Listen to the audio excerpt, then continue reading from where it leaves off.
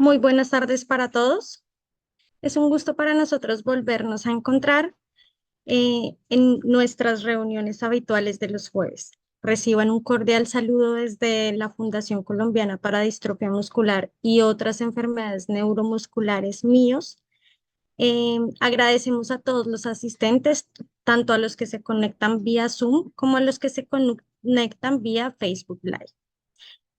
Queremos recordarles que hoy nuestro webinar va a tratar sobre distrofia muscular facioscapulohumeral. Antes de iniciar, quiero recordarles que este webinar está siendo transmitido tanto vía Zoom como Facebook Live y que durante los últimos 10 minutos de nuestra conferencia se va a habilitar la caja de preguntas para que ustedes puedan dejarnos sus inquietudes, dudas y serán resueltos por nuestro panelista. De esta forma, le damos la bienvenida a nuestro panelista del día de hoy, doctor Edison Ruiz Ospina, quien es médico fisiatra y director del Departamento de Medicina Física y Rehabilitación de la Universidad Nacional. También es médico fisiatra e integrante de la Junta de Enfermedades Neuromusculares de la Fundación Hospital Pediátrico La Misericordia. Damos gracias a nuestro panelista, doctor, bienvenido y muchas gracias.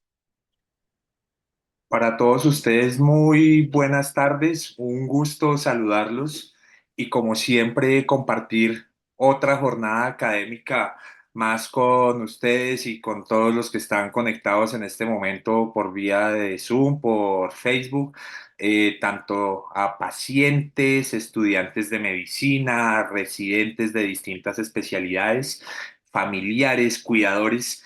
Es realmente un honor para mí siempre poder compartir con ustedes. Doc, una vez más, muchísimas gracias por este espacio y pues no siendo más, adelante, puede iniciar con su presentación. Muchas gracias. Perfecto, voy a compartir entonces acá la pantalla y aquí ya la están viendo, ¿cierto? Se ve perfectamente, Doc. Listo, perfecto. Entonces, bueno, y sin más preámbulos, el tema del que me solicitaron desde la asociación que queríamos que abordáramos el día de hoy era el de la distrofia muscular facioscapulohumeral. Miren que es un tema que muy pocas veces se trata realmente y a mí eso me llama la atención porque estamos hablando de la tercera distrofia muscular más frecuente de todas después de la distrofia muscular de Duchenne y de la distrofia miotónica. Y miren que muchas veces, y yo me puse a pensar y cuando me hablaron de que si quería que hablara del tema, yo dije, claro, maravilloso, porque es un tema que muy pocas veces se toca en muchos de los eventos médicos en los que asistimos, en los congresos, en las distintas actividades y también muchas veces en las actividades educativas que realizamos con los residentes. Es un tema que se toca poco, pese a que otra vez estamos hablando de una distrofia que dentro del ámbito de estas enfermedades raras es frecuente comparada con otro tipo de condiciones que afectan el músculo. Y esta es mi declaración de conflictos de interés para los que pues igual no me conocen. Yo pues igual soy profesor universitario, adicionalmente trabajo en el ámbito clínico, he sido speaker para distintos laboratorios que tienen que ver específicamente con tratamientos de enfermedades neuromusculares. Adicionalmente he sido advisor y he trabajado también en asesorías para el grupo de enfermedades huérfanas del Ministerio de Salud aquí en Colombia y para el Instituto de Evaluación en Tecnologías en Salud, IETS, que es una entidad que se encarga específicamente de evaluar desde el punto de vista técnico-científico y producir lineamientos para lo que tiene que ver también con moléculas para enfermedades huérfanas, sobre todo que es el área en el que me desempeño. Adicionalmente hago parte del capítulo de rehabilitación neurológica, rehabilitación infantil y de bioética de la Asociación Colombiana de Medicina Física y Rehabilitación.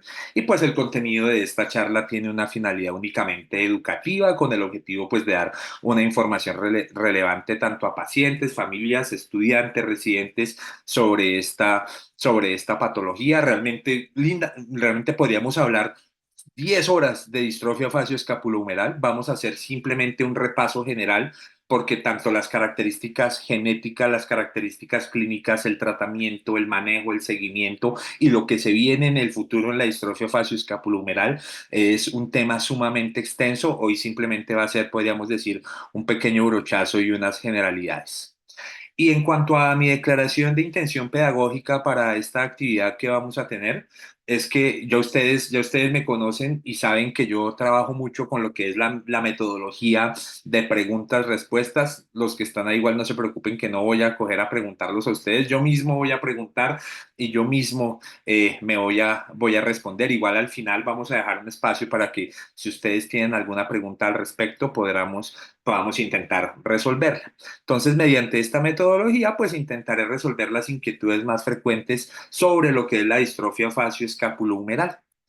Entonces, en primer lugar, pues la pregunta más importante, ¿y qué es la distrofia facioscapulohumeral? Y de aquí en adelante van a ver con las siglas FSHD, que son las siglas con las que se reconoce internacionalmente esta condición clínica. Entonces, en primer lugar, estamos hablando de una distrofia muscular que tiene otro nombre y este nombre es poco conocido, es un epónimo y es la distrofia de Landus-Dyerin y se refiere específicamente a los apellidos de los dos primeros doctores que hicieron la descripción de esta patología en el año 1884-1885 en un par de gemelos. Y que posteriormente ellos hicieron esta descripción y no fue sino hasta como 1940, 1950 en el Estados Unidos de la posguerra que se hicieron ya unas descripciones más precisas de grupos familiares con la patología, con la condición y se comenzó a poner más atención a ella. Adicionalmente, miren que hay un término acá, que es este término neurodegenerativo, que sale casi en todos los libros y en todos los artículos, y a mí realmente ese término no me gusta, porque aquí el término degenerativo, no sé en otros países, pero acá en Colombia el término degenerativo tiene una connotación que no es tan buena, es como decir degenerado, como decir algo que es feo, algo que es muy malo. Y yo realmente prefiero borrar de acá el término neurodegenerativo y decir progresiva, que hay una progresión de síntomas en el tiempo si no hay un reconocimiento adecuado o no hay un tratamiento adecuado y que va a haber una progresión más de esos síntomas en el tiempo. En cuanto a la incidencia, pues, ¿qué pasa? Es que el problema es que hay mucho subdiagnóstico. ¿Por qué? Porque puede haber pacientes que tienen la patología, pero no, pero los síntomas son muy leves. Entonces, muy probablemente son pacientes que van a ser subdiagnosticados. Usualmente se reporta una incidencia más o menos y dependiendo de la región geográfica, de uno en 8.000 a uno en 20.000, hay otras en donde puede ser un poco mayor, un poco menor, pero sí se sabe que es una condición multiétnica que ocurre en todas las razas, en todo lo que tiene que ver con pacientes europeos, asiáticos, afroamericanos, latinos. Es una enfermedad multiétnica que se sabe que tiene una menor penetrancia en mujeres y que no es una sola, hay dos desde la caracterización genética. Y desde la caracterización genética tenemos una distrofia facioscapulohumeral 1 y una distrofia facioscapulohumeral tipo 2. Y realmente las características clínicas son muy similares, son prácticamente la misma condición, solamente que el mecanismo biológico o el mecanismo molecular a través del cual se producen este tipo de alteraciones lleva una vía similar, pero tiene unas aristas distintas y de las cuales voy a hablar un poco más adelante. Pero se sabe que la tipo 1 hace más o menos para el 95% de los casos y la tipo 2 para el 5%. Y como su nombre lo dice, es una distrofia que principalmente va a afectar el segmento de la cara, el segmento escapular y adicionalmente el segmento del húmero, pero también vemos que va a haber compromiso y si lo vemos aquí en este dibujo, en este esquema, va a haber un compromiso también de la musculatura peronera y esas serían como las características típicas que vamos ahorita igual a profundizar un poco más en ellas, teniendo en cuenta que la distrofia facioscapulohumeral tiene una semiología que es extremadamente rica. Tiene rica desde el punto de vista de una gran cantidad de signos que van a exhibir los pacientes dependiendo del grado de avance de la condición clínica y que van a ayudar muchas veces a lograr un diagnóstico clínico temprano y vamos a ver unas características que suelen ser en muchos casos muy estereotipadas y que van a compartir la gran mayoría de los pacientes que se encuentran afectados por esta condición. Entonces, otra vez, el término yo más que neurodegenerativo, prefiero decirlo progresivo. Y miren que estos son los dos pacientes, precisamente los dos hermanos gemelos que en el año, que en los años 1800, así como dice la canción, fueron descritos las primeras descripciones que hizo el doctor de Yerin. Y eran estos hermanos que tenían este compromiso en el cual podemos ver una escápula alada asimétrica, una atrofia muscular selectiva de unos músculos y conservada en otros músculos, con dificultades para la marcha y adicionalmente en uno de los dibujos de los doctores, una hiperlordosis lumbar marcada, que es como si el paciente estuviera inclinándose hacia atrás de una forma muy marcada y es una compensación típica que se presenta no solamente en esta, sino en otras patologías en las cuales hay debilidad de la musculatura de la cintura pélvica. Y son unas características asimétricas, van a estar comprometidos unos músculos más que otros. Y ya pasamos entonces específicamente a cuáles son esas características clínicas típicas de la distrofia facio-escapulohumeral. Y en primer lugar nos vamos a ir y vamos a hacer una revisión por segmentos. Y vamos a irnos primero, dijimos que uno de los segmentos comprometidos va a ser la cara. Entonces, en estos pacientes, ¿qué se puede evidenciar?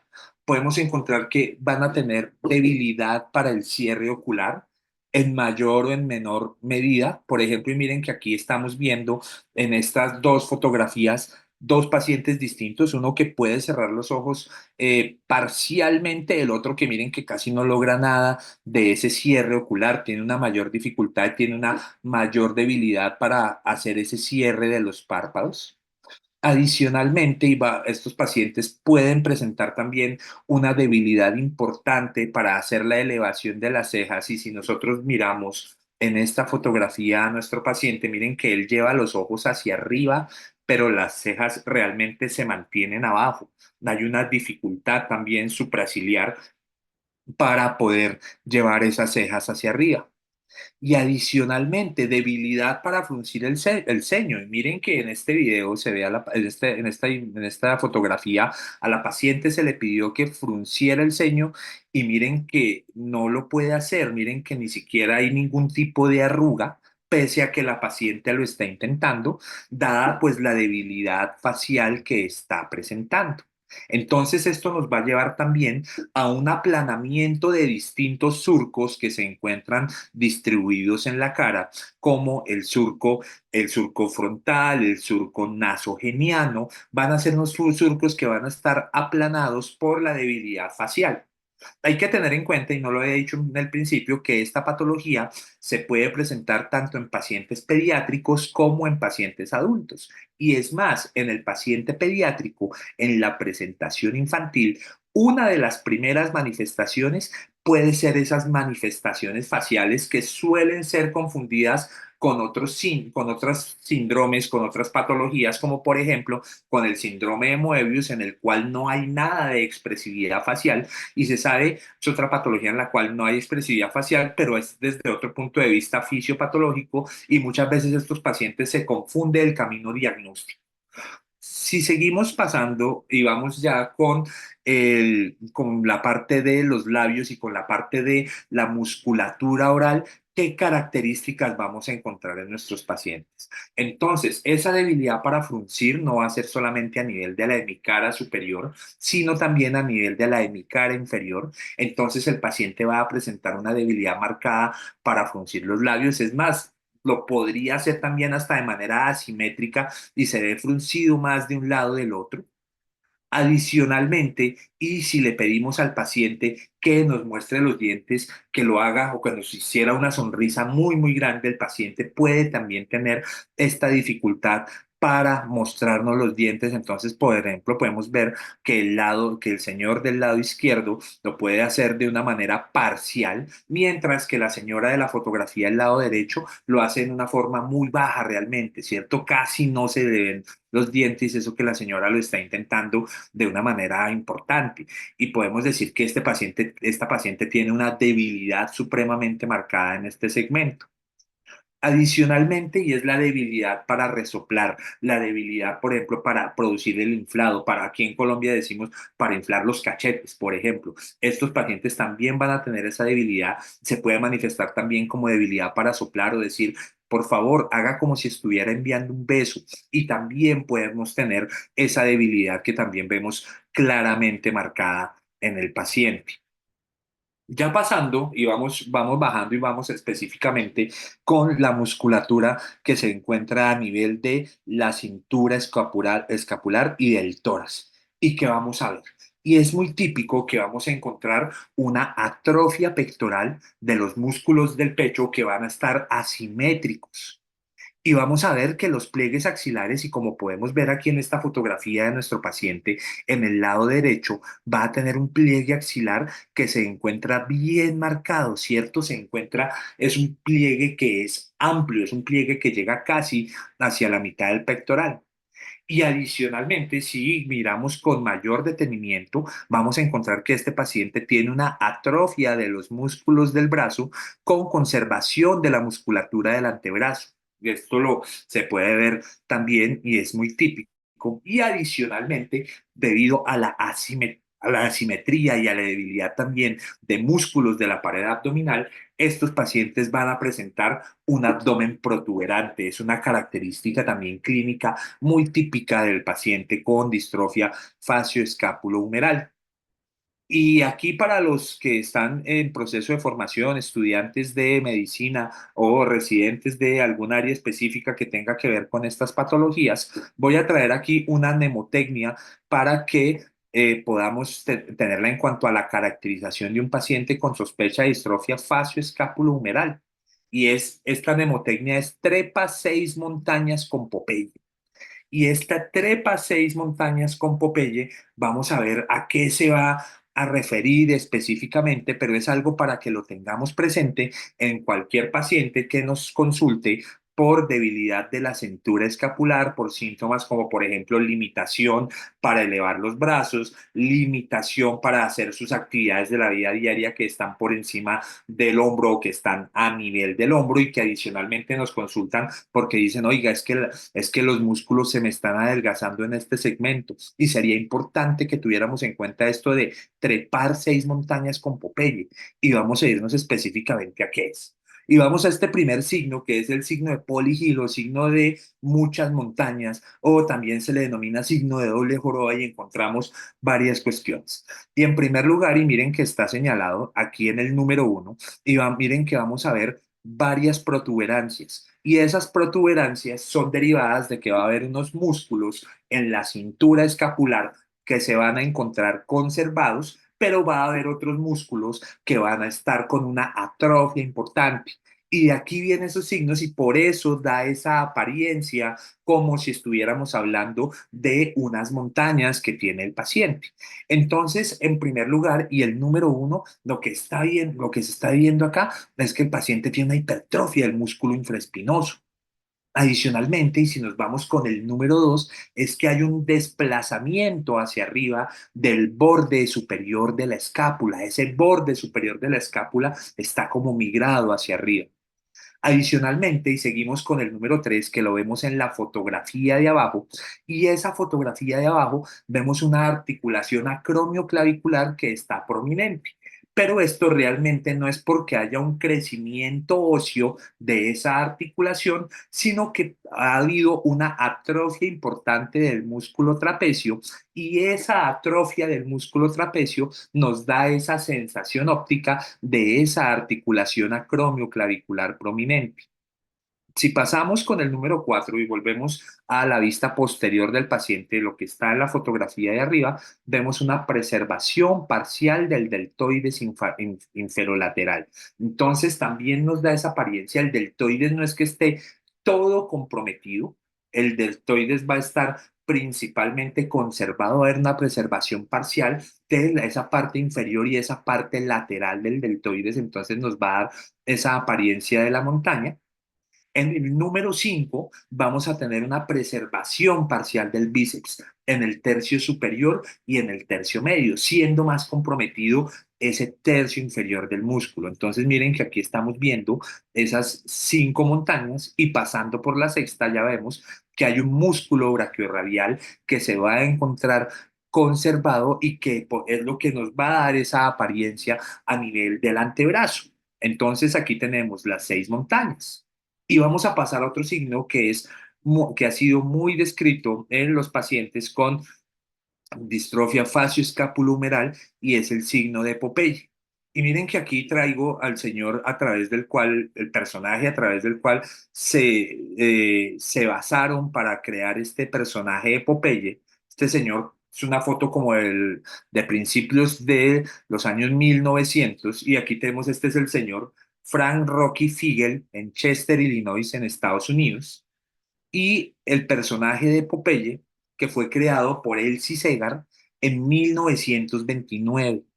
Y vemos una característica importante en este personaje de Popeye, y es que la musculatura del brazo se encuentra atrofiada, se encuentra delgada, mientras que la musculatura del antebrazo da una apariencia de protuberancia. Y ese signo de Popeye específicamente se refiere a eso. Esa musculatura del brazo va a dar una apariencia delgada, mientras que la musculatura del antebrazo, que se puede encontrar conservada, va a dar esa apariencia y se puede hablar entonces de brazos de Popeye. Lo han descrito clínicamente en múltiples publicaciones alrededor del mundo y miren que aquí ya desde esa caracterización semiológica ya tenemos las 6 montañas y adicionalmente Popeye para que nosotros lo tengamos siempre muy en cuenta en el momento en que nos enfrentamos a un paciente con debilidad.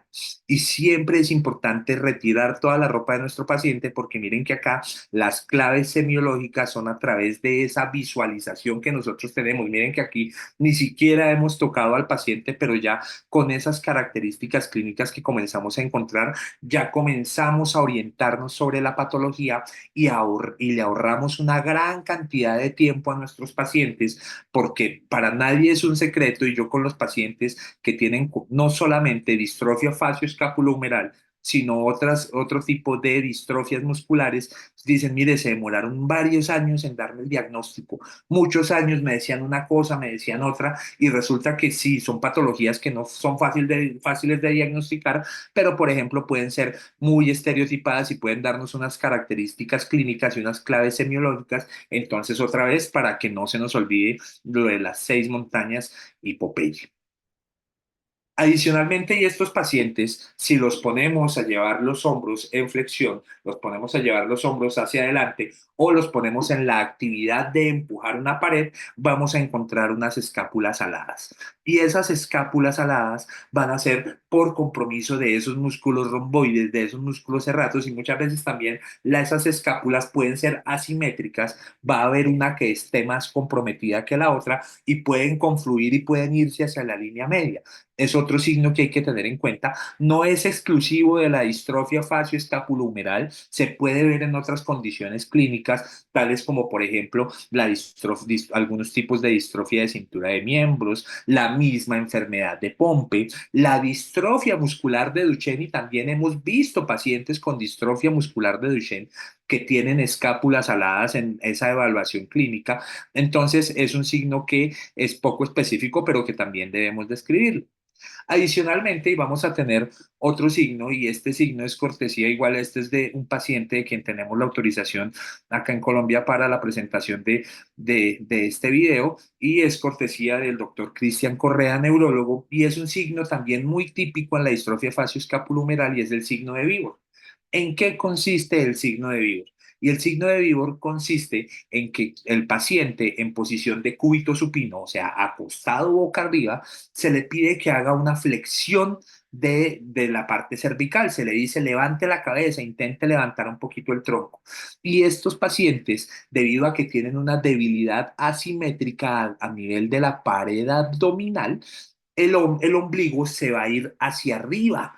Los músculos abdominales superiores van a jalarnos hacia arriba ese ombligo. Y vamos a verlo aquí en el video. Lleve la cabeza hacia arriba y miren cómo sube ese ombligo. Es la cabeza y la porción superior del tronco. Aquí lo volvemos a ver nuevamente. Se le pide al paciente que haga flexión cervical y que haga flexión tórax. Y miren cómo ese ombligo va hacia arriba. Es otro signo también que es muy típico también en los pacientes con distrofia facio-escapulohumeral. Adicionalmente, y a nivel de los miembros inferiores, se puede encontrar un compromiso mixto. Podemos encontrar compromiso de la musculatura peronera, podemos encontrar compromiso también de los gastronemios, por ejemplo, y miren que en los pacientes pediátricos usualmente se suele comprometer en gran manera lo que son los músculos isquiotibiales, que son la parte posterior del muslo, o también se va a comprometer en gran manera el músculo recto anterior, que es un músculo supremamente importante porque es un músculo que nos permite la extensión de la rodilla, pero aquí, por ejemplo, nos da de una la apariencia en este video de esa asimetría que puede tener ese paciente. Puede ser otra vez, como les dije, una atrofia peronera tibial, pero no van a ser los únicos músculos que van a estar comprometidos. Adicionalmente, y por ese compromiso peronero, el paciente puede tener un pie caído y puede arrastrar el pie durante la marcha. Esto también es otra característica importante que debemos tener. Y específicamente, ¿cuál es la causa de estas distrofias facioscapulohumerales? Y miren que si nos vamos desde el punto de vista genético, es difícil de explicar desde el punto de vista genético porque es un entramado muy complejo. Es un entramado muy complejo que no solamente tiene genética, sino tiene epigenética y tiene unos reguladores epigenéticos y vamos a hablar de un gen que se encuentra dormido y que está solamente en línea germinal mientras se está formando el embrión y que ya después ese gen se va a encontrar dormido, pero que por unas interacciones genéticas se va a activar, pero resulta que la activación de ese gen es nociva para el músculo. Y yo aquí el esquema lo voy a colocar como un iceberg, porque realmente y del iceberg estamos solamente viendo la punta, pero todo lo que se encuentra para abajo es muy desconocido, pero se ha venido conociendo a lo largo de los años. Nosotros estamos viendo y el paciente con esas características clínicas de distrofia facio-escapulohumeral, entonces, en primer lugar, ¿y qué vamos a encontrar? Vamos a encontrar una mutación en un locus, en una región específica que se llama el D4Z4. Y eso queda ubicado en el cromosoma 4, esa región específica. Y va a haber una mutación en ese segmento y esa mutación en ese segmento va a hacer que el D4Z4, y vamos a verlo ahorita en otro esquema, está como en repeticiones esa región, tiene varias repeticiones y esas repeticiones se van a acortar, se van a disminuir, se van a contraer y en la literatura muchas veces se encuentra es como contracción del D4Z4. Tengan en cuenta que esto lo estoy explicando muy someramente y que la caracterización genética de la distrofia facioscapulohumeral lindamente daría también para estar hablando 3, 4 horas con un genetista y hasta más. Adicionalmente, y esto nos daría para una distrofia facioscapulohumeral tipo 1. Palabras más, palabras menos. Pero que esta aplica para el 95% de los casos. Pero también podemos tener que esas repeticiones se pueden encontrar intactas. No va a haber compromiso en el número de esas repeticiones, pero va a haber un proceso bioquímico que es metilación y va a haber una hipometilación, va a haber poca metilación en ese segmento por unas mutaciones que ya se encuentran en un gen que está en el cromosoma 18 y es el gen SMCHD. Pero recientemente se han descrito dos genes más que también pueden estar comprometidos y pueden producirnos esa hipometilación en ese segmento específico de ese locus de 4Z4, que son estos dos, el DNMT3B y el LIRF1, y eso nos daría para la atrofia facioscapulohumeral tipo 2. Entonces, ¿qué pasa cuando hay esa mutación en ese segmento del D4Z4? Y lo que va a ocurrir es que se va a perder esa metilación, ese proceso bioquímico se va a perder en ese locus y eso va a hacer que se active un gen. Y ese gen es el gen DUX4. Ese gen solamente está activo en la embriogénesis y ese gen se encuentra activo principalmente para la formación de testículos y otras estructuras germinales. Pero después ese gen se va a silenciar, se va a apagar. Y resulta que por esta alteración genética, ese gen podríamos decir que se va a activar, pero ese gen es tóxico para la célula muscular. Ese gen compromete la célula muscular y compromete y se pueden comprometer otros sistemas adicionales por la activación de ese gen que podríamos decirlo estaba en un estado dormido o en un estado silente y va a llevarnos a otras características, no solamente esas características musculares que vimos, sino nos va a dar otro tipo de manifestaciones de las cuales voy a hablar un poco más adelante. Como les digo, intenté resumir esto en esta pequeña diapositiva, pero realmente esto tiene un trasfondo molecular y epigenético mucho más amplio, riguroso y rico, para que igual lo tengamos en cuenta. Entonces, ¿qué podemos encontrar en los pacientes sanos? Usualmente de ese D4Z4 vamos a encontrar de 11 a 100 repeticiones, vamos a encontrar 11 a 100 repeticiones, pero en los pacientes con la distrofia facioscapulohumeral tipo 1, esas repeticiones van a estar disminuidas y no vamos a encontrar esas de 11 a 100 repeticiones, sino vamos a encontrar de 1 a 10 repeticiones.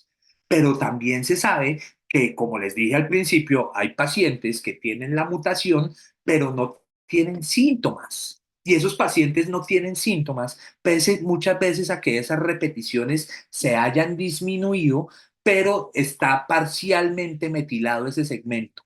Y esa metilación ayude a que funcione bien ese segmento.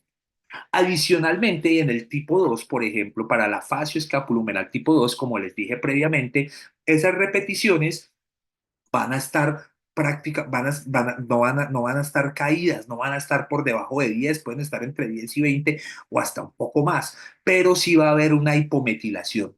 Y esa hipometilación es por esos compromisos genéticos que hablamos previamente, y esa hipometilación se va a llevar a una hipofuncionalidad de ese segmento pese a que no haya contracción, y eso nos va a llevar a una expresión aumentada de ese DUX4.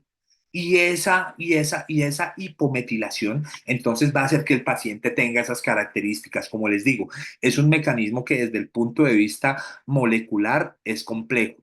Entonces, se han hecho algunas asociaciones para determinar el grado de severidad si el número de repeticiones de ese D4Z4 se va a relacionar con la severidad de las manifestaciones clínicas. Y se sabe, por ejemplo, que los pacientes que tienen manifestaciones pediátricas, que desde la infancia ya comienzan con los síntomas, son pacientes que la gran mayoría de los casos tienen muy pocas repeticiones. Usualmente lo que se ha descrito es que pacientes entre 1 y 3 repeticiones van a ser un cuadro clínico severo y van a tener un inicio temprano. Pacientes entre 4 y 6 repeticiones para la distrofia facioscapulohumeral tipo 1 específicamente hablando, va a ser una severidad moderada y podríamos ya estar hablando de esas presentaciones juveniles entre 15 30 años, por ejemplo, podría ser.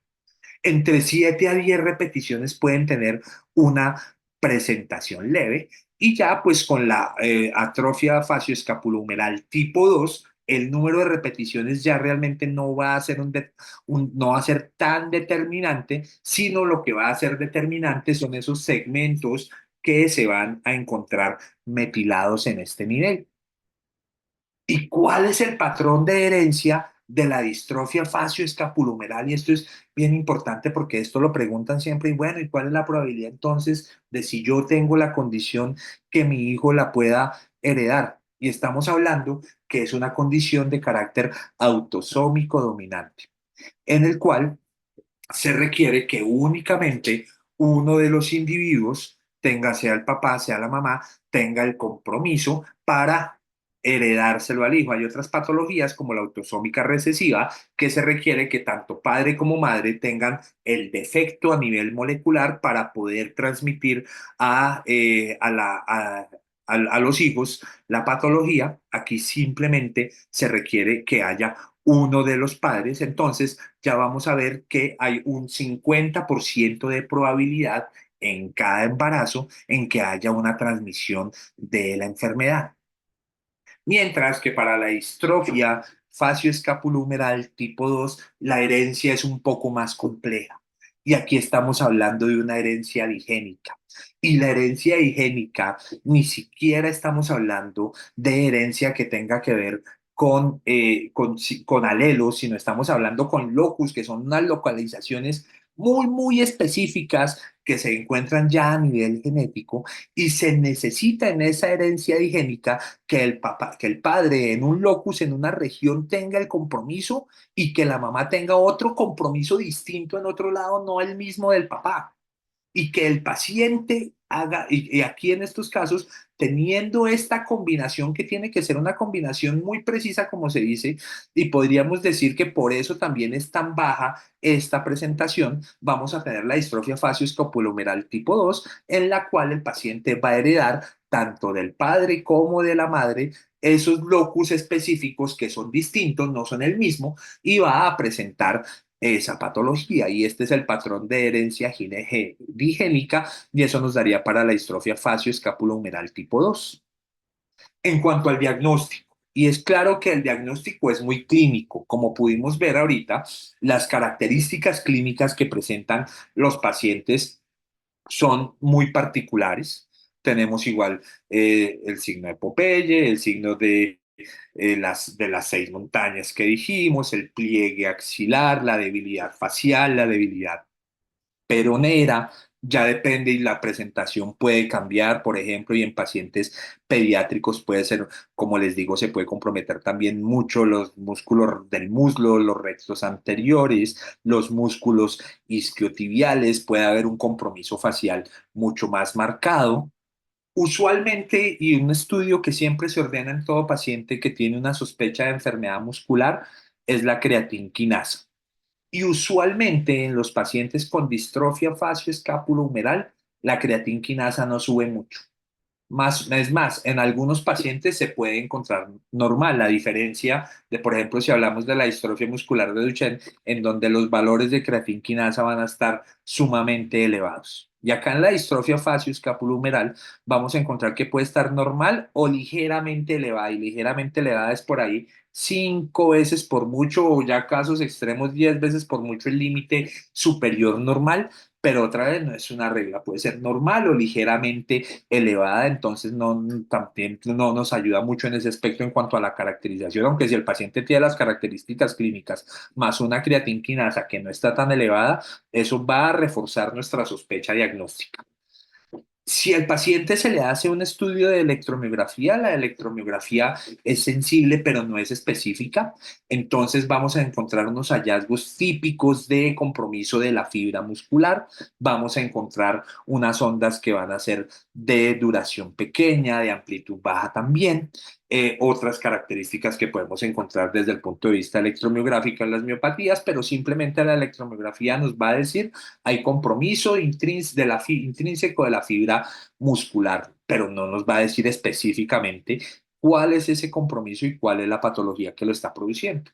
Igual la biopsia, y la biopsia pues va a dar unas características que son predominantemente distróficas, puede haber algún compromiso en el tamaño de las fibras musculares, se puede encontrar irregularidad en algunos núcleos, tampoco es muy específica, se utilizaba mucho antes del advenimiento de las técnicas de diagnóstico molecular y de las técnicas de diagnóstico genético, pero ya afortunadamente pues podemos tener acceso a estudios genéticos de una forma más sencilla y por ejemplo aquí en nuestro país, en Colombia, es muy, ya están incluidos dentro del plan de beneficios en salud este tipo de estudios genéticos y usualmente se hace una detección de la lesión en el locus D4Z4 a través de una técnica genética que se llama el Southern Blot. Esto igual de todos modos, como podríamos decirlo desde el punto de vista diagnóstico genético, es muy superficial, pero aquí tenemos, por ejemplo, un ejemplo de un paciente al cual se le ordena ese estudio, la detección de la de lesión en ese locus que hablamos, que es donde se va a presentar el compromiso, y aquí miremos en el resultado, y en el resultado dice, se detectaron fragmentos de tamaño patogénico en la región de 4Z4 con de 33 kilobases, usualmente tiene que ser por encima de 38 y adicionalmente la otra que encontraron fue de 30 kilobases y eso corresponde a 8 unidades o 8 repeticiones del D4Z4, lo cual va a configurar ese diagnóstico de la distrofia facioscapulohumeral tipo 1 debido a esa lesión en ese locus de 4Z4. Igual también, y ya precisamente este año y hace como un mes, salió una publicación específicamente hablando de los caminos genéticos que hay que seguir para poder hacer el diagnóstico. Igual aquí está resumido casi todo, pero es un artículo de 10 12 páginas, porque, por ejemplo, ya se requiere de otro tipo de estudios, por ejemplo, para la distrofia facioscapulohumeral y mirar otros segmentos específicos, mirar la metilación o las variantes en alguno de estos genes que hablamos, lo que lo hace un poco más compleja. Igual no es el motivo especial de esta charla hacer una discusión específica sobre cómo es esa caracterización genética y cuál sería específicamente ese camino a seguir, sino es más desde el punto de vista general. Y siguiendo con la clínica, ¿qué otras manifestaciones sistémicas puede presentar un paciente con la distrofia facioscapulohumeral? Porque es que no son estos músculos que vimos a nivel de la cara, de la cintura escapularia, a nivel de los miembros inferiores, no van a ser los únicos que se van a comprometer. ¿Y qué otros músculos podemos encontrar comprometidos? O qué otros, perdón, qué otros músculos no, sino qué otros segmentos o qué otros sistemas corporales. Entonces, desde el punto de vista pulmonar, ¿qué vamos a encontrar? Estos pacientes pueden tener una insuficiencia ventilatoria, pueden tener debilidad de la musculatura, principalmente en lo que tiene que ver con la expiración. Se ha descrito que puedan presentar algún grado de disfunción también del músculo diafragma. Adicionalmente pueden tener deformidad de la pared torácica que puede producir un pectum excavatum, ¿cierto? Un pectum que se encuentre como hundido, un pectum carinatum en el cual ese pecho se va a encontrar protubido. Y se sabe en caracterizaciones con los pacientes con la distrofia facioscapulohumeral que pueden tener un patrón pulmonar restrictivo del 10 al 39%.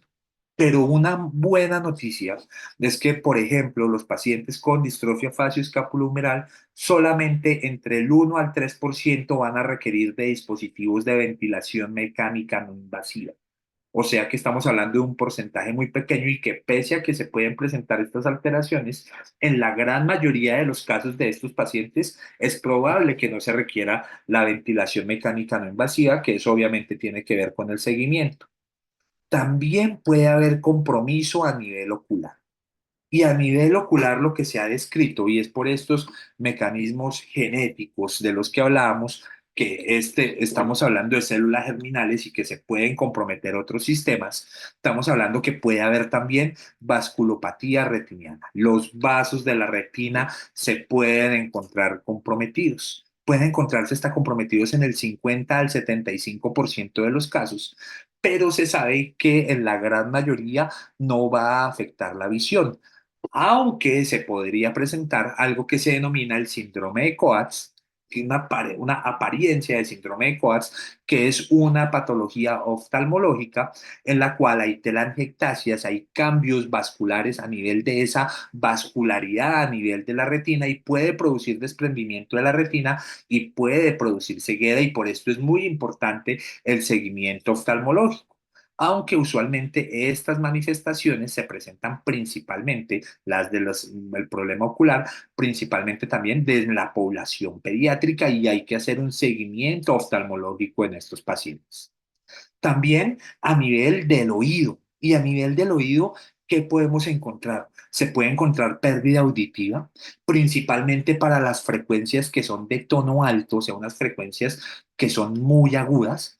Adicionalmente, va a ser principalmente una hipoacusia neurosensorial que puede ser gradual, que se ha descrito también su presentación en un porcentaje importante en pacientes con distrofia facioscapulohumeral, pero que puede ser más severa en la edad pediátrica y se correlaciona también con el número de repeticiones del D4Z4 y miren que por eso también la importancia de la realización de esos estudios genéticos porque no solamente nos dan el diagnóstico, sino también se podría predecir el fenotipo y de esas manifestaciones clínicas que puede tener ese paciente y se sabe que los que tienen menos repeticiones de D4Z4 tienen un mayor riesgo de hipoacusia neurosensorial y de vasculopatía retiniana.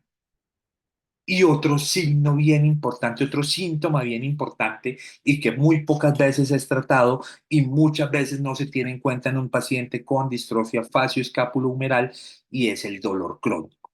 Y se sabe que por esas alteraciones estructurales, por la debilidad que presentan esos pacientes, van a presentar dolor crónico y va a ser principalmente a nivel de la musculatura de los hombros y a nivel de la región lumbar. Va a haber, miren que aquí estamos hablando que hasta más del 80% de los pacientes pueden tener un dolor secundario a estas inestabilidades de tipo biomecánico. Y otra pregunta que siempre se hace, porque siempre que hablamos de distrofias musculares decimos, bueno, ¿y qué pasa con el corazón? Porque sabemos que hay patologías que comprometen en gran parte del corazón y puede ser de forma muy temprana, pueden producir arritmias, pueden producir varias alteraciones cardíacas. ¿Y qué se ha descrito y qué sabemos que puede pasar en el corazón de un paciente con distrofia facioscapulohumeral? Entonces, en primer lugar, y usualmente la gran mayoría de los casos, no hay cardiomiopatía. Usualmente el corazón no va a haber una cardiomapatía hipertrófica ni dilatada. Usualmente no van a haber en estos pacientes esos cambios cardíacos que sí se pueden presentar en otras patologías. Y por ejemplo, miren que uno habla de otras condiciones como por ejemplo enfermedad de Pompe y sabemos que los pacientes la presentan desde una época bien temprana cuando hablamos de ese inicio infantil clásico. El niño desde que está bien pequeñito ya tiene una cardiomiopatía usualmente en los pacientes con distrofia facioscapulohumeral, así sean con de una severidad alta en cuanto a las otras manifestaciones, usualmente no presentan cardiomiopatía. Sí se ha descrito que desde el punto de vista electrofisiológico pueden tener alguna alteración de arritmia, como un bloqueo incompleto de rama derecha, pero que muchas veces ese bloqueo incompleto ni siquiera va a requerir ningún tipo de manejo y estamos hablando que puede ocurrir hasta en el 23 a 30% de los casos. Y también se ha descrito en estos pacientes que pueden presentar también otra alteración de arritmia, que es la taquicardia supraventricular, que se puede presentar en el 10% de los casos. Y continuando, y ya es la siguiente pregunta que es muy frecuente, y bueno, ¿existe algún tratamiento específico para esta condición en este momento? Hoy en día hablamos ya de algún tratamiento específico y que sabemos que en la actualidad no existen tratamientos específicos. Sí hay varios ensayos clínicos de terapia modificadora de la historia natural y voy a hablar ahorita de alguno de ellos. Y que el objetivo principal desde ese diagnóstico es optimizar esa funcionalidad y la calidad de vida. Y ya como sabemos cuáles son esos sistemas que se encuentran comprometidos, vamos a tener un enfoque proactivo en el cual va a haber un seguimiento médico que es importante que todos nuestros pacientes tengan para poder anticiparnos a complicaciones potenciales y no esperarnos hasta que llegue la complicación. Y como vemos, se requiere de manejo interdisciplinario, teniendo en cuenta que va a haber un compromiso multisistémico. Importantísimo, la consejería genética, ¿cierto? La consejería genética y cuando se hace el diagnóstico, toca hablar, sentarnos, hablar con el genetista, la familia, hablar sobre ese riesgo de recurrencia, sobre los riesgos potenciales para otros miembros de la familia. Igual y no lo había dicho, se me había olvidado decirlo ahorita, pero ya que traigo a colación la consejería genética, no siempre la distrofia facioscapulohumeral, por ejemplo, hablando específicamente de la tipo 1, es heredada. Se pueden presentar mutaciones de novo más o menos en la tercera 20 a 30% de los casos. O sea que en el papá ni la mamá tienen compromiso, sino por X o Y razón se dio esa mutación en ese segmento y el paciente tiene la patología. No es que siempre sea heredada, pero por eso también es importante esa asesoría genética. Adicionalmente, esa monitorización para esas condiciones amenazantes y el planeamiento familiar, pues a mediano o largo plazo. En cuanto a rehabilitación, y es bien importante el ejercicio aeróbico, que es un pilar fundamental. Sí se sabe y casi en todas las distrofias musculares que el ejercicio de resistencia o ejercicio que sea extremadamente extenuante o que produzca alto agotamiento no es recomendado en este tipo de casos porque puede haber un daño de la fibra muscular y adicionalmente se pueden producir algunos síndromes de sobreuso, pero sí ejercicio aeróbico de intensidad creciente, arrancando desde una intensidad leve hasta una intensidad moderada, se puede hacer con los adecuados, adicionalmente, programas de estiramiento, manejo sedativo. Hay pacientes que van a requerir de dispositivos tipo ortesis y eso depende del patrón de marcha que tenga. Usualmente la ortesis que más se utiliza es la ortesis para el pie caído, que es una ortesis tobillo-pie o una ortesis tipo AFO y se puede utilizar. Adicionalmente, las ayudas técnicas, si el paciente otra vez tiene pie caído y, por ejemplo, se está cayendo constantemente, muchas veces no basta solo con la ortesis, sino se va a requerir se puede requerir de alguna ayuda técnica tipo bastón, tipo caminador, se puede requerir en algún momento y obviamente esta prescripción es individualizada y depende de las características clínicas de cada individuo comprometido con la enfermedad. Se sabe y por la progresión que más o menos a los 50 años, una quinta parte de los pacientes con distrofia facioscapulohumeral pueden requerir silla de ruedas y pueden requerir silla de ruedas para sus actividades de la vida diaria o porque de pronto la velocidad de marcha es muy baja, también como adecuado sistema de posicionamiento y lo que se prefiere en la mayoría de estos casos, teniendo en cuenta que hay una debilidad de estos músculos de la cintura escapular, es que muchas veces puede ser muy difícil para estos pacientes autopropulsar de manera independiente su silla de ruedas. Muchas veces y en gran cantidad de consensos, la recomendación es que el paciente pueda acceder a una silla de ruedas motorizada guiada por joystick para que tenga mayor facilidad, porque el gasto energético también se aumenta muchísimo en estos pacientes.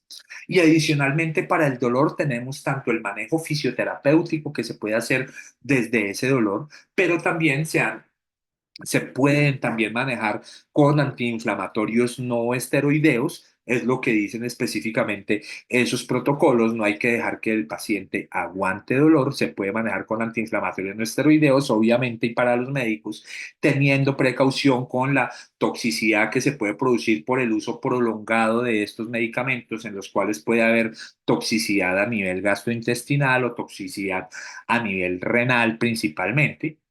Adicionalmente, uso de neuromoduladores y los neuromoduladores son medicamentos que se utilizan para el manejo del dolor crónico y principalmente en este grupo de pacientes se ha visto que sirven neuromoduladores que son utilizados como antiepilépticos en otras condiciones, como por ejemplo la carbamazepina, el gabapentin o la pregabalina o también algunos medicamentos que hacen parte de un grupo que se llaman los antidepresivos tricíclicos y que tienen acción analgésica, también se ha demostrado que pueden beneficiar a estos pacientes, obviamente teniendo en cuenta la particularidad de sus condiciones y si presentan alguna patología concomitante o depende también la edad, depende de varios factores esta prescripción. Adicionalmente, y para el seguimiento neuromuscular, existe una gran cantidad de escalas para poder hacer este seguimiento de los pacientes y son escalas que se están utilizando también en los ensayos clínicos para nuevas moléculas ya específicas para la distrofia facioscapulohumeral. Y miren que aquí, por ejemplo, tenemos escalas que son genéricas, ¿sí?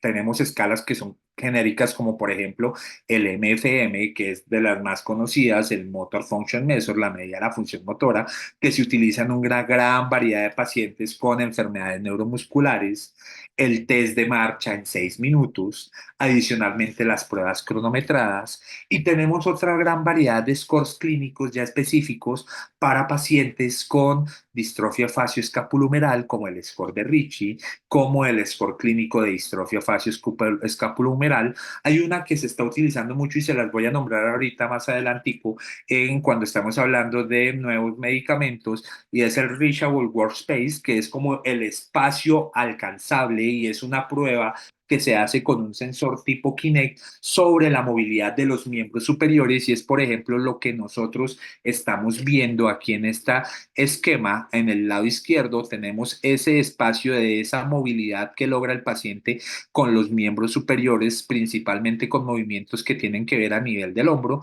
y vemos que claramente es mucho más amplia y hay una limitación en la movilidad articular en distintos planos en el paciente con distrofia facioscapulohumeral y va a estar disminuido, pero esta prueba a través de este Kinect nos da ya unos datos objetivos sobre esa movilidad y es claro que se compromete por esas alteraciones que tenemos y que pese a que el deltoide se pueda encontrar parcialmente conservado, estos pacientes van a tener limitación para realizar muchas veces actividades y tiene que ver también con el problema de la escápula, en la cual no van a poder realizar muchas veces actividades que se encuentran o a nivel del hombro o del plano del hombro.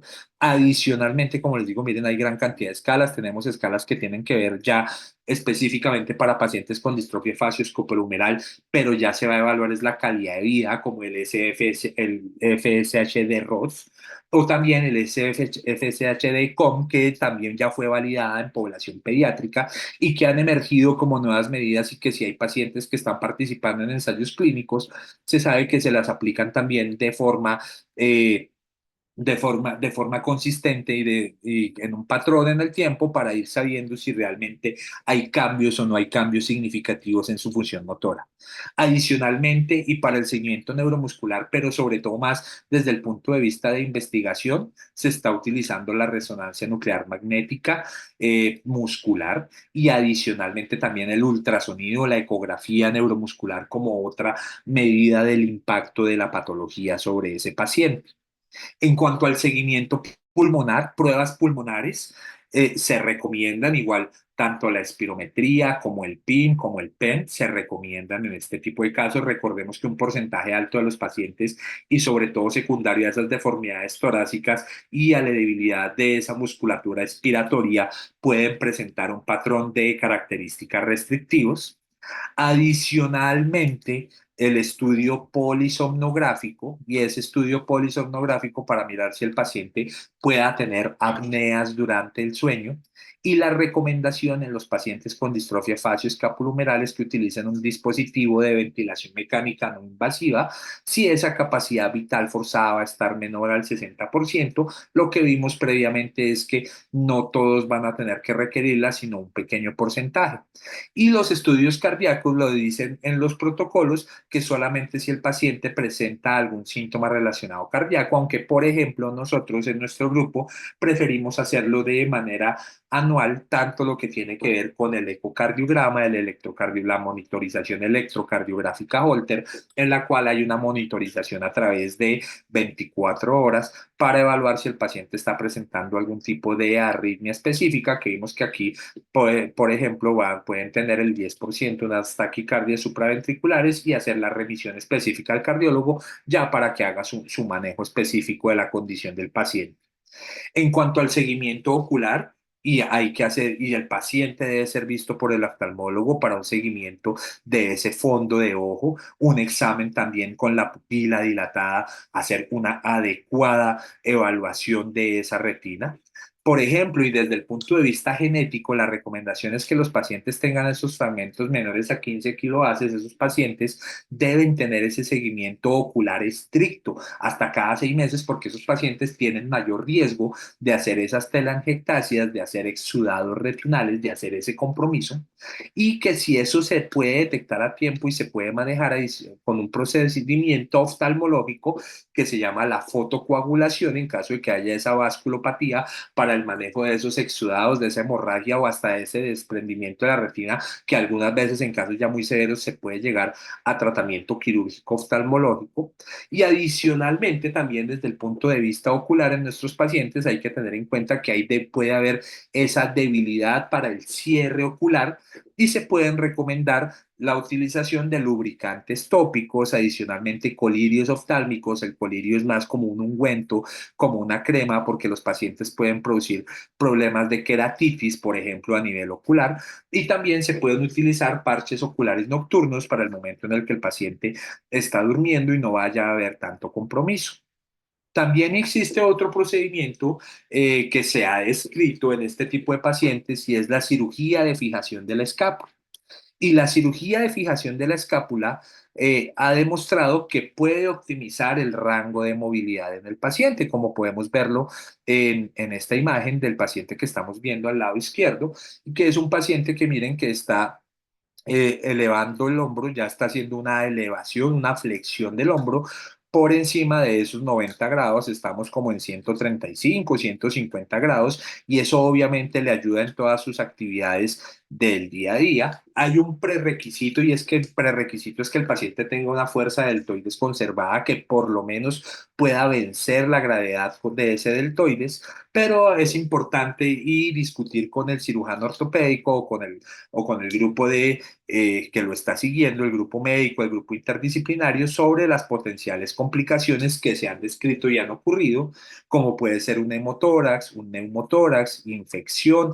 También se ha descrito que puede haber una disminución en la reserva respiratoria, o en algunos casos que se ha descrito también que hay lesión del plejo braquial. Entonces esto hay que tenerlo en cuenta, y realmente en nuestro medio, y aquí en Colombia me refiero específicamente, y dentro de nuestro grupo de pacientes, no tenemos ninguno que se haya realizado el procedimiento propiamente dicho, no sé, dentro de lo que nosotros estamos siguiendo. No sé si de pronto pacientes que están siendo seguidos por otro grupo lo están haciendo o no, pero podemos decirlo, no sé, algunas veces, y los mismos ortopedistas nos han dicho que hay dificultades en cuanto a otra vez la técnica, los posibles riesgos, complicaciones, y que no se ha hecho mucho el procedimiento. Es más, hay series de casos y son pequeñas, 13, 15 casos descritos en la literatura con estos pacientes en otros países. También, y se puede hacer una maniobra previa, y miren que en esta maniobra previa se hace una fijación manual de la escápula y se evalúa si haciendo esa fijación manual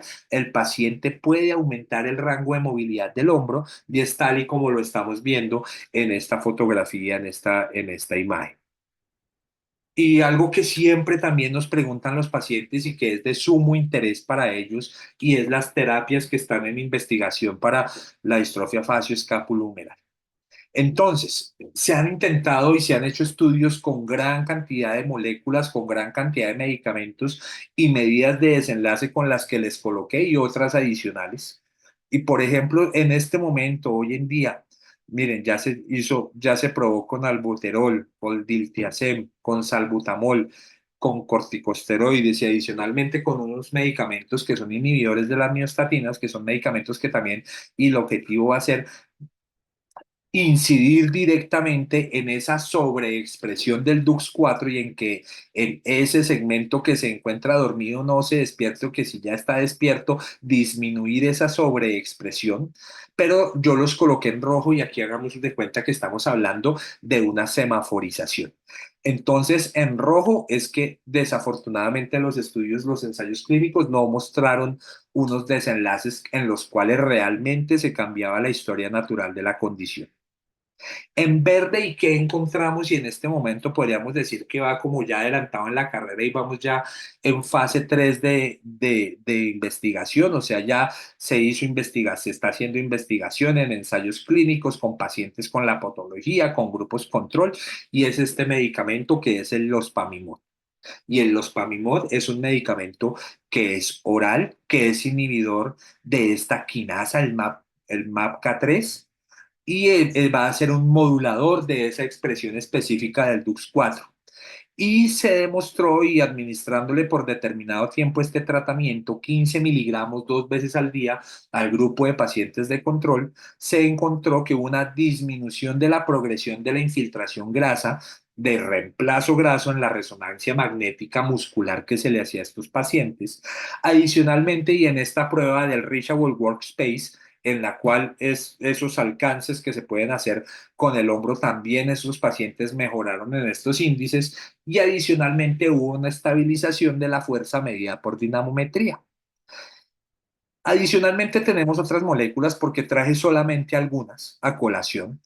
Existen y este les traje el AOC 1020. En este momento está en curso el estudio y es un medicamento que es un oligonucleótido antisentido. Nosotros ya estamos utilizando oligonucleótidos antisentido en nuestra región para otras condiciones, condiciones tales como distrofia muscular de Duchenne o atrofia muscular espinal. Y estas moléculas han demostrado efectividad. Ya tendremos que esperar en el tiempo cómo va a ser, cómo le va a ir con este oligonucleótido antisentido a los pacientes con distrofia facioscapulohumeral.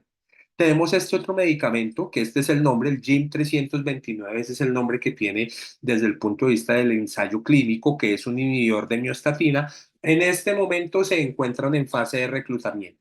Mi frase de reclutamiento es que hasta ahora están mirando los criterios de inclusión, qué pacientes entran, quiénes sí, quiénes no, quiénes cumplen con las características. Hasta ese momento vamos en esto. Hay que recordar que estas terapias pueden durar muchos años, esos procesos de investigación para saber si son efectivos, que sean seguros y efectivos para nuestros pacientes.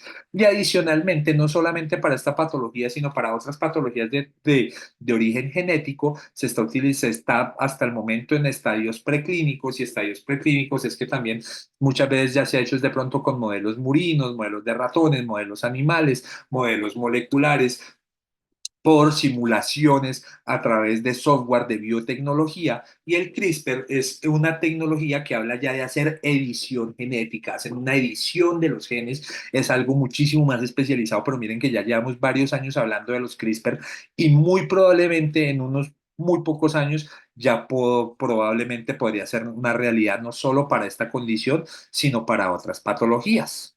Y me dio pues por ponerme a buscar específicamente noticias sobre los Pamimod, que era el que iba más adelantado. Y encontramos que es un medicamento que está siendo pues otra vez producido, y los ensayos clínicos por esta laboratorio que es el laboratorio Fulcrum.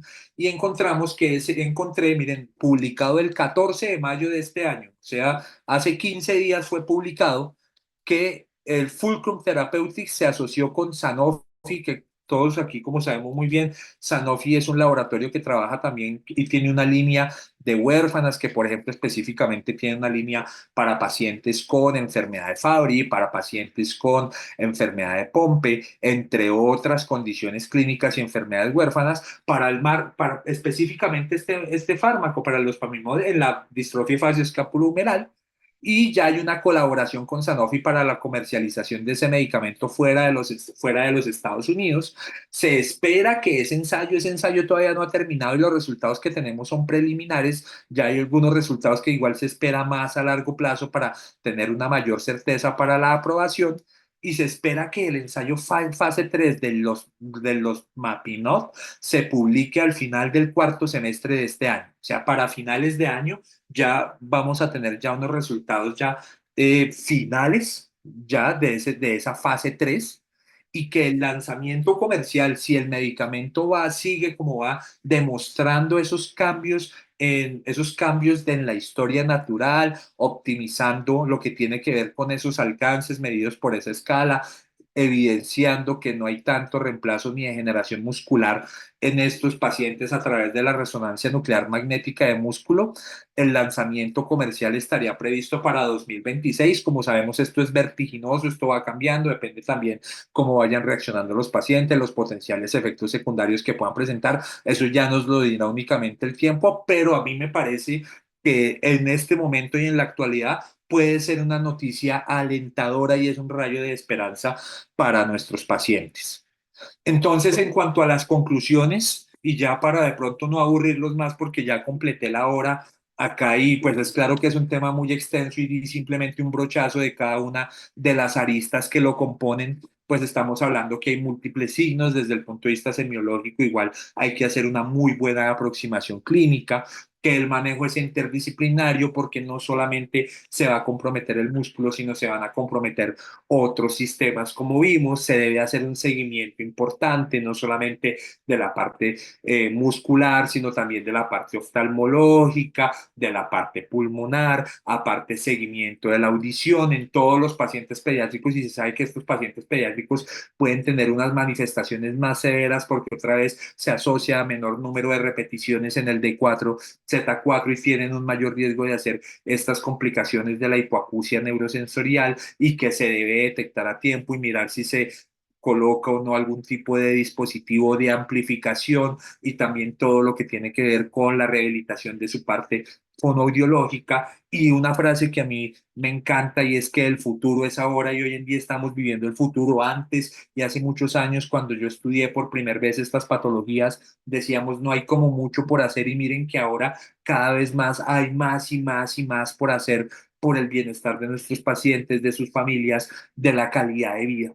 Entonces, esto sería todo y bueno, este es mi correo electrónico, no me quedan nomás agradecerles, ¿cierto? Igual por si tienen igual algún en este momento alguna duda, alguna inquietud, aquí estoy. Si de pronto se les olvidó preguntar algo ahorita, lo pueden escribir más adelante otra vez. Aquí está mi correo y como siempre, agradecerle a los pacientes, a las familias, a la Asociación Colombiana de Distrofia Muscular siempre por generar este tipo de espacios académicos y este tipo de espacios para conocer sobre las enfermedades, no solamente los pacientes, sus familias, sino también para el personal médico y para nosotros es supremamente importante poder entrenar a nuestro personal médico en estas condiciones teniendo en cuenta y sabemos la odisea diagnóstica que muchos han tenido que pasar y que años para llegar a un diagnóstico y para mí por eso siempre es tan importante estos espacios con los estudiantes de medicina y con los residentes para que podamos ahorrarle tiempo a los pacientes y podamos hacer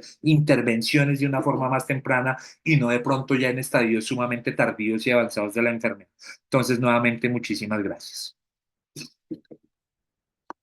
Doc, muchas gracias por su intervención.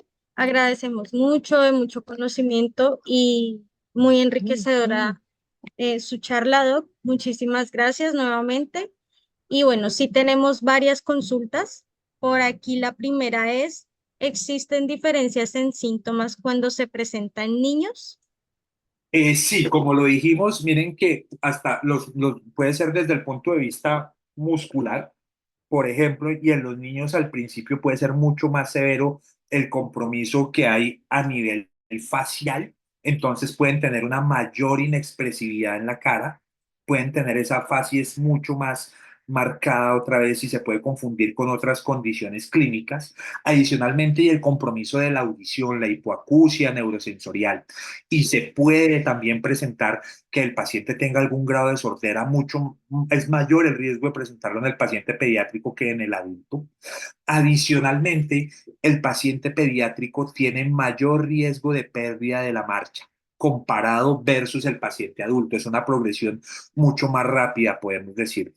Y en el paciente pediátrico, miren que más o menos 30 al 40% de los pacientes pueden perder la marcha antes de la primera década de la vida, mientras que, por ejemplo, en los pacientes adultos estábamos hablando que había un 20% de probabilidad de requerir de una silla de ruedas hasta después de los 50 años. Entonces, es bien importante aquí con el paciente pediátrico porque miren que las complicaciones pueden ser mayores. Adicionalmente, y dentro del espectro sintomatológico, se ha descrito también en los pacientes pediátricos que pueden presentar epilepsia asociada al niño con distrofia facioscapulohumeral, puede presentar epilepsia y adicionalmente puede presentar algún grado de discapacidad intelectual.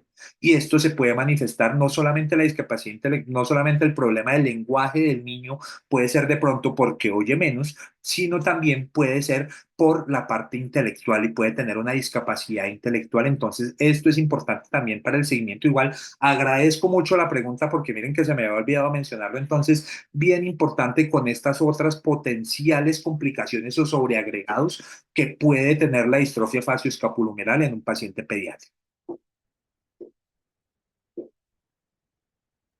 Muchas gracias, doctor.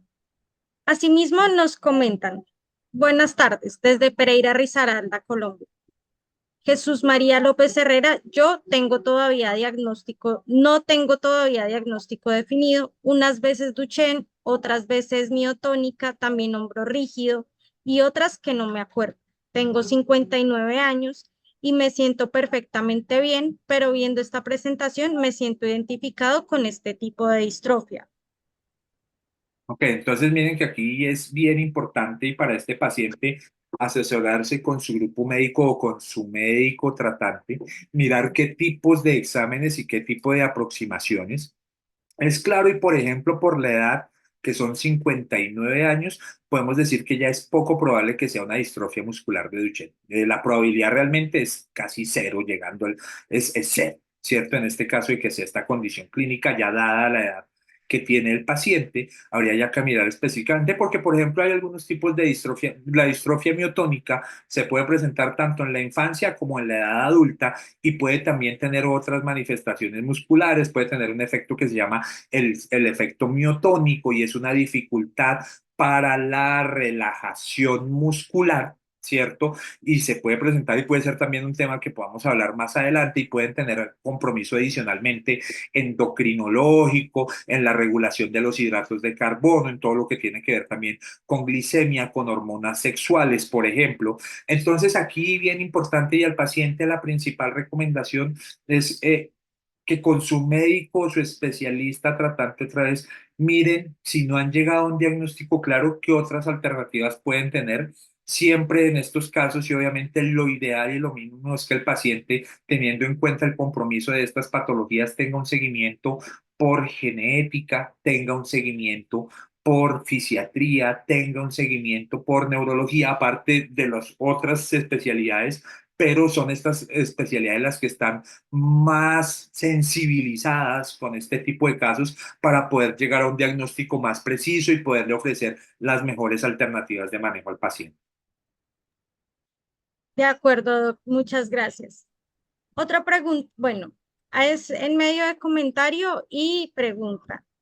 La señora Luz María Barranco. Buenas tardes, doctor Edison. Saludos de mi hijo Germán Giuseppe Largo.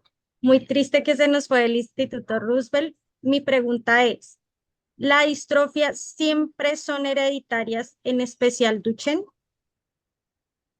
Entonces, miren que igual de antemano, igual un saludo para la señora y un saludo para Giuseppe, porque también yo lo recuerdo con muchísimo cariño. Lo recuerdo con muchísimo cariño, uno de nuestros pacientes estrella. Entonces, hay que tener en cuenta que hay distintos mecanismos de herencia, pero miren, por ejemplo, en el Duchenne, y ya hablando específicamente de la distrofia muscular de Duchenne, que estamos hablando que el mecanismo de herencia es recesivo ligado a X. Aquí significa y otra vez que hay una probabilidad que el defecto en el gen lo pase la mamá, sea heredado de la mamá. Pero eso ocurre en el 66% de los casos.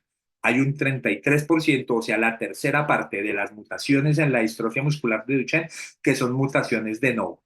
O sea, que no fueron heredadas. Pero aquí otra vez y la recomendación de todos modos es que los padres, aquí en este caso de Duchenne específicamente, se debe hacer la madre el estudio genético para mirar si ella es portadora o no y adicionalmente para la asesoría genética. Y creo que igual en la junta, y ya lo hemos hablado las veces, le dimos, toca que usted se haga ver y que usted se haga el examen, ¿cierto? Si hablamos ya de otras distrofias y por ejemplo en la distrofia facioscapulohumeral, que era la del tema de hoy, podemos decir otra vez, es un patrón de herencia la tipo 1 autosómica dominante, la tipo 2 una herencia digénica, pero en la tipo 1 podemos encontrar que sea una mutación de novo. Más o menos también en la tercera parte, no es heredado del papá, no es heredado de la mamá, pero en la tercera parte, o sea que vamos a encontrar dos terceras partes, el 60%, que puede ser heredado tanto del padre como de la madre, y por eso es importante ese acompañamiento por genética para mirar otra vez si el padre o la madre son los que tienen la mutación o no la tienen, y ahí pensar otra vez en una potencial herencia para más adelante. Muchas gracias, doctor. Otra de las preguntas que nos hacen es, ¿hay alguna recomendación para el manejo de la fatiga? Sí, miren que y en el paciente con enfermedad neuromuscular, la fatiga también es un síntoma importante. Y no solamente es la fatiga física, sino también es la fatiga mental, ¿cierto? La fatiga mental también puede alterarnos mucho y es que el paciente con una enfermedad neuromuscular y con una distrofia muscular se sabe y los estudios lo han mostrado y nosotros lo vemos al día a día, andan con mucha fatiga. Y no solamente otra vez la fatiga muscular derivada de su condición, sino también la fatiga del día a día. La fatiga del día a día de que me duelen los músculos, de que estoy cansado, que la EPS me negó acá, que tengo que ir donde el abogado, que tengo que ir a poner la tutela, que tengo que ir donde el médico, que son muchísimas cuestiones que engloban a nuestro paciente y le producen una fatiga terrible. Y tanto para la fatiga física como para la fatiga mental hay estrategias. Lo primero y para la fatiga, y miren que para la fatiga física lo mejor es la vitamina E, pero es la vitamina E de ejercicio. Obviamente, un ejercicio que sea controlado, que sea supervisado inicialmente, sin tanta intensidad, que obviamente en la gran mayoría de los casos que no tenga que ver mucho con alzar pesas, sino con ejercicio cardiovascular, con ejercicio desde el punto de vista pulmonar. Ese ejercicio controlado ayuda para la fatiga. Pero también para la fatiga tenemos otro tipo de estrategias y es el día a día.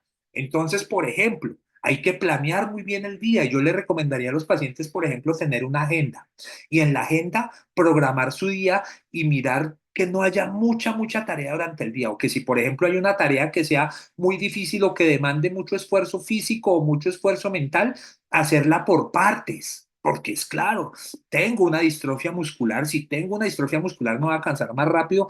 Si me pongo a hacer todo, y ahí sí como dicen los abuelitos, si me pongo a hacer todo de sopetón, pues obviamente me voy a cansar más. Entonces, programe sus actividades del día. Si de pronto hay una actividad que diga, oiga, de pronto mañana no la hago porque esto me demanda mucho desde el punto de vista físico o mental, si la puedo diferir, dejémoslo para pasado mañana, dejémoslo para más adelante, ¿cierto? Adicionalmente, miren, y aquí estamos hablando de gestión eficiente de la energía. Eso es, ni más ni menos se hagan en cuenta como uno cuando sale con el celular a la calle. Uno dice, oiga, no me puedo poner a ver de pronto muchos videos, hablar mucho por teléfono porque se me acaba la batería, pues tenemos que pensarlo igual en la misma batería desde nuestra condición clínica. Si vamos a hacer alguna actividad física durante el día, que sea una nomás, no que sean varias durante el día. Adicionalmente, tiempos de descanso, y estamos hablando de descanso real, no de descanso de llegar, acostarnos y ponernos a hablar por el celular. Eso no es descanso real. El músculo está descansando, pero estamos metiéndole, estamos sobrefatigando la mente también. Y es un problema, por ejemplo, con el uso de pantallas, no es llegar, descansar, darme mi siesta adicionalmente, y si se puede, yo sé que por las cuestiones laborales es difícil, y lo mismo también en los niños, pero el niño también lo podría hacer, o ni siquiera la siesta, sino el espacio de descanso, de relajación. Existen otras técnicas también, hay una gran cantidad de condiciones, y miren, hasta de aquí ya hay, de esta pregunta hasta me surge la idea también para otra posible reunión que tengamos y hablamos específicamente de la gran cantidad de estrategias para manejo de la fatiga en un paciente con distrofia muscular. Muchas gracias, doctor. Claro que sí, lo tendremos en cuenta. Otra de las preguntas que nos realizan es, ¿hay algún medicamento o suplemento que aumente la fuerza muscular, por ejemplo, la creatina? Pues miren que la creatina y se utiliza más lo utilizan personas que están haciendo entrenamiento deportivo, ¿cierto? Para producir hipertrofia muscular lo utilizan y uno ve, por ejemplo, eso en los campeonatos y en los torneos de fisicoculturismo, estos señores consumen creatina en una cantidad casi industrial y que da prácticamente miedo. pero se ha demostrado que en pacientes con la gran mayoría de distrofia realmente no es que es porque lo que va a hacer, claro, va a aumentar masa y eso, pero es que el medicamento no actúa solamente, el suplemento no actúa solamente tomándolo, sino también va de la mano con ejercicio y estos pacientes hacen un ejercicio de resistencia, un ejercicio excéntrico, un ejercicio de levantamiento de pesas y grandes pesos, grandes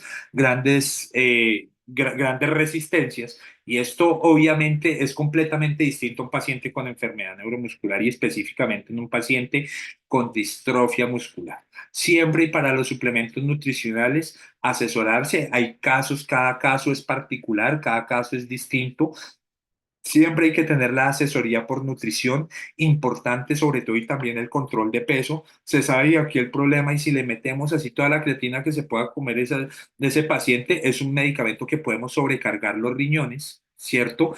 Entonces, si sobrecargamos los riñones, estamos antes es produciendo mayor problemas, estamos metiéndole proteína, una sobrecarga grandísima de proteína. Entonces, realmente estos suplementos son más para uso en personas con actividad deportiva de alto impacto y de alta competencia, pero no tanto para un paciente con distrofia muscular. Sí hay suplementos específicos, pero como les digo, depende específicamente la condición. Hay unos que son para pompe, hay otros que hay que mirar el estado de salud ósea, todo el nivel de calcio, vitamina D, etcétera, etcétera. De otras condiciones, otra vez, esto va individualizado. Muchísimas gracias, doctor. Aquí tenemos otra pregunta y dice, Ana Parimebeli, quiero saber si uno hace ejercicio de impacto o con mucho peso, ¿eso puede empeorar la distrofia? Sí, realmente se ha demostrado que el ejercicio de alto impacto sí puede producir daño sobre la fibra muscular. La recomendación es siempre también que sea, haya al principio la asesoría y dependiendo de la que nos encontremos, si estamos aquí para la parte de arriba de Sudamérica, la región andina principalmente, va a ser va a ser el fisioterapeuta, hacia el sur del continente va a ser más el kinesiólogo, quien nos va a enseñar esos ejercicios y va a trabajar con nosotros y va a hacer ese día a día adicionalmente. Y sobre todo es el ejercicio aeróbico, el ejercicio cardiovascular, por ejemplo, ejercicio de natación, ejercicio de bicicleta estática, por ejemplo, ese ejercicio y en unas intensidades bajas, en unas intensidades moderadas, se sabe que va a optimizar la salud cardiovascular y que adicionalmente va a ayudar a nuestros músculos que se encuentran comprometidos, mientras que si nos ponemos con ejercicios de muchísimo impacto en nuestros pacientes, sí tienen mayor riesgo de producirse lesiones, rupturas tendinosas, estamos hablando de unas vainas tendinosas que van a estar adelgazadas, con alto riesgo de ruptura, lesiones, mayor daño en la fibra muscular, etcétera, etcétera. Entonces, por eso es tan importante una supervisión, por lo menos al principio, para saber qué ejercicios puedo y qué ejercicios no puedo hacer con una distrofia muscular. Muchas gracias, doctor. Asimismo, tenemos otra pregunta que nos indica, ¿tenemos mayor proceso de rehabilitación actualmente y mejor expectativa de vida? Con respecto a qué patología, pues yo podría decirles, con respecto a las distrofias musculares, en términos generales se ha aumentado, si hablamos comparando grupo general de atrofias, distrofias musculares hace 30 años con hoy en día, claro que sí, se ha aumentado la expectativa no solamente con los medicamentos nuevos, sino con la rehabilitación, con la anticipación de las complicaciones, ¿cierto? Adicionalmente, por ejemplo, miren, hace poquito, no, el año pasado, hablamos de distrofia muscular de Emery-Dreifuss. Sabemos que si diagnosticamos a tiempo un paciente con Emery-Dreifuss, podemos, por ejemplo, anticipar los problemas de conducción cardíaca que tienen y se puede manejar con un marcapasos o medicamentos o cardiodesfibriladores. Los pacientes pueden vivir mucho más. Si hablamos de los pacientes con distrofia muscular de Duchenne, pasa exactamente lo mismo. Miren que, por ejemplo, los pacientes con fascio escápulo humeral, tenemos pacientes, miren que estamos viendo que el corazón no se compromete tanto y los pulmones muchos no requieren ventilación mecánica no invasiva, o sea que podemos estar hablando que de estos órganos vitales no hay un compromiso tan severo. Hay pacientes de 70 a 75 años con distrofia facioscapulohumeral. Entonces, depende, es individualizado otra vez, depende de cada patología el pronóstico. Muchas gracias, doctor. Otra pregunta que nos realiza Tatiana González es, hola, buenas tardes desde Chile. ¿Cómo manejan ustedes el dolor con los pacientes que cursan con mucho dolor y cuál es el porcentaje que lo sufre? En mi caso, curso con muchísimo dolor. El dolor es un síntoma muy frecuente, y hablando en el ámbito de la fascio escapulohumeral, para agudizaciones nosotros utilizamos el grupo de medicamentos de los antiinflamatorios no esteroideos, pero los utilizamos por muy corto tiempo. Estamos hablando de ciclos de o ibuprofeno, naproxeno, por ejemplo, pero por corto tiempo no nos pasamos de más de 20 días con el medicamento porque podemos producir toxicidad otra vez a nivel gástrico o a nivel del riñón por ciclos cortos y más para ciclos largos utilizamos esta serie de medicamentos que son los neuromoduladores que nos ayudan también mucho, nos ayudan y toca mirar específicamente la causa, pero cuando usualmente tienen dolores crónicos, es por ejemplo si estamos hablando de un dolor crónico a nivel del hombro, como puede ser un paciente con fascio escapular o a nivel lumbar, pero adicionalmente no es solo el medicamento, es también la parte del manejo fisioterapéutico y kinesiológico. Se pueden utilizar medios físicos, es más, por ejemplo, también podemos utilizar medios como calor, podemos utilizar medios como frío. Adicionalmente, y podemos utilizar, ya que en nuestra región, por ejemplo, si el dolor es muy localizado, utilizamos parches de lidocaína que van a tener un efecto local. Si tenemos casos muy, muy severos y los hemos tenido con pacientes que hacen lesiones tendinosas, hacen problemas de los tendones, pueden hasta hacer rupturas o tendinopatías. Muchas veces hacemos ya infiltraciones guiadas. Miren que el manejo del dolor es multimodal, no es una sola cosa, no es sola, vaya, tómese la pasta y ya y vuelve y me cuenta qué pasa. Tenemos que hacerlo también de una manera proactiva y el dolor teniendo en cuenta que es una entidad multidimensional que tiene múltiples esquinas también debemos manejarla porque nos quedamos solamente por un lado. Entonces aquí están también los medios físicos, la relajación, mirar obviamente cuál es la causa de ese dolor y mirar si podemos o no podemos modificarla, ¿cierto? Si es un dolor muscular, es un dolor articular, será un dolor del nervio. Es importante esa aproximación para poder ubicarnos y poderle ofrecer lo mejor a nuestro paciente. Muchas gracias, doctor. Por último, nos consultan. Mi niño quiere estar acostado o si lo pongo a caminar un poco, quiere estar sentado. ¿Es normal?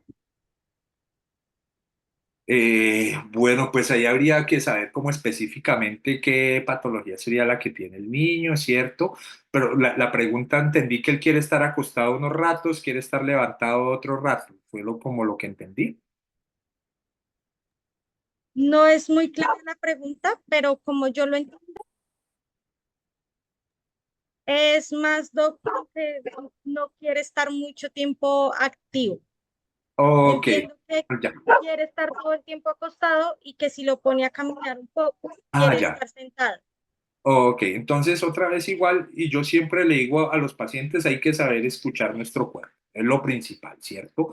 Pero habría que mirar por qué el niño quiere estar acostado, qué es lo que le está produciendo. Puede ser que estemos sufriendo de algún grado de fatiga, ¿cierto? Ya dependiendo de la edad del niño, y habría que mirar específicamente qué es lo que está produciendo, porque pues tampoco, y lo ideal otra vez, si lo hemos hablado, es la actividad física, no es de estar todo el día muévase para un lado, muévase para otro, no, pero sí en los momentos que estemos teniendo actividad física, lo hagamos y más en un paciente pediátrico, que pese a que tienen debilidad, ustedes han visto que igual y lo saben, y que tenemos muchos niños con distrofia muscular, ellos igual permanecen activos y habría que mirar aquí cuál es la causa. ¿Será una causa física? ¿Será una causa mental? ¿Será una causa psicológica? Miren que muchas veces, por ejemplo, uno no quiere hacer nada, de pronto porque puede estar pasando por algún tipo de proceso, no sé, de pronto de renuencia a X o Y razones, diga, ay, yo no me quiero mover, ¿cierto?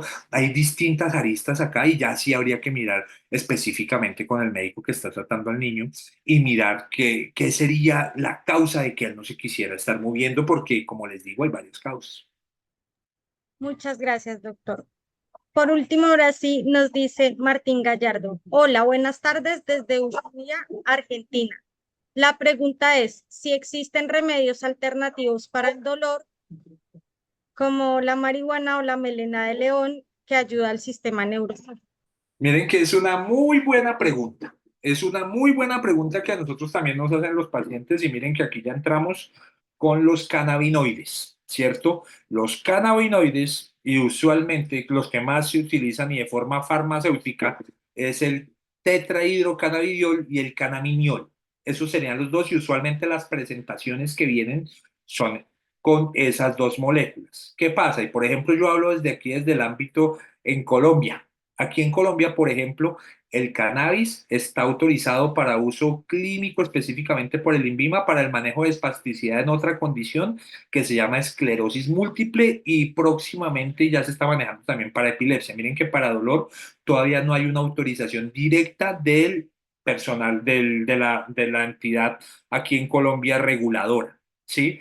¿Qué se sabe que han mostrado algunos estudios alrededor del mundo? Que puede servir para el manejo del dolor, pero otra vez no es la única alternativa y hay que tener en cuenta otra vez cómo, ¿cierto? Porque el cannabis de presentación farmacéutica, ¿cierto? O es el cannabis de una tienda naturista en donde, por ejemplo, aquí en Colombia hubo hace unos años un escándalo que le decían a los pacientes que les estaban vendiendo cannabis y resulta que lo que les estaban dando en esa tienda naturista era diclofenaco en altas concentraciones y se estaban era dañando los riñones porque no había ningún control sobre la molécula, no se sabía cuánta dosis era lo que se le estaba dando, que ni siquiera se sabía qué era lo que se le estaba dando. Entonces, lo ideal, no sé realmente en Argentina cómo esté la regulación desde el punto de vista farmacológico, ¿cierto? Porque yo les hablo de ejemplos de la vida real. Miren, teníamos un paciente adulto y venía quejándose de dolor, pero el paciente, ¿qué hizo? El paciente, nosotros le dijimos de esto y el paciente dijo, no, pues el que hizo, compró fue la de la calle, la que es de ilegalidad, ¿cierto? Entonces, obviamente dijo, oiga, yo me relajé, pero me relajé tanto y después me dio como quien dice la traba y estaba de la risa que no podía y no sé qué. Ese es un problema importante. ¿Por qué? Porque, por ejemplo, estas preparaciones comerciales de las farmacéuticas ya vienen controlados y, por ejemplo, ya vienen controlados y hacen un equilibrio entre la cantidad de tetrahidrocannabidiol y de cannabidiol para que no haya tanto efecto psicológico, psiquiátrico, neuropsicológico secundario, sino que sea principalmente el efecto que va a tener sobre ya la musculatura y sobre lo que tiene que ver con la transmisión del dolor. Entonces, aquí otra vez la recomendación bien importante, asesorémonos primero con nuestro médico, mirémonos si hay preparaciones comerciales, si es un laboratorio confiable, no la que venden por allá en la esquina otra vez. Sí, que quita el dolor, sí, pero puede producir otras alteraciones y manifestaciones que ya sabemos. Y el cannabis otra vez ha tenido esa duda, lo están muchas veces utilizando para todo, tiene que ser utilizado racionalmente porque ya lo que yo he visto es que hay una sobreutilización y lo están utilizando y vendiendo casi para todo y muchas veces al paciente ni siquiera le están dando el cannabis. Doctor, hasta aquí llega nuestro segmento de preguntas. No contamos con preguntas adicionales, pero agradecemos muchísimo, muchísimo su intervención. De verdad que es de enriquecimiento. Se aprendió mucho, conocimos muchas cosas y agradecemos a todos nuestros participantes por conectarse tanto vía Zoom como Facebook Live. Y les recordamos también que queda la grabación en nuestro Facebook para que puedan acceder a ella en cualquier momento. Agradecemos muchísimo, doctor, nuevamente su participación. eh, y nada, estamos abiertos para validar la invitación que nos hace de quizá una conversación acerca de las alternativas a la fatiga. Muchísimas gracias a todos por participar, por acompañarnos y les deseamos una feliz tarde. Para todos, gracias. Qué rico siempre para mí compartir el espacio con ustedes. Saben que las preguntas me encantan. Y bueno, nos estaremos viendo en una próxima ocasión. Un abrazo para todos y nuevamente mil gracias a toda la asociación. Claro que sí, doctor. Muchísimas gracias. Que tengan una feliz noche. Hasta pronto. Hasta luego, que estén bien.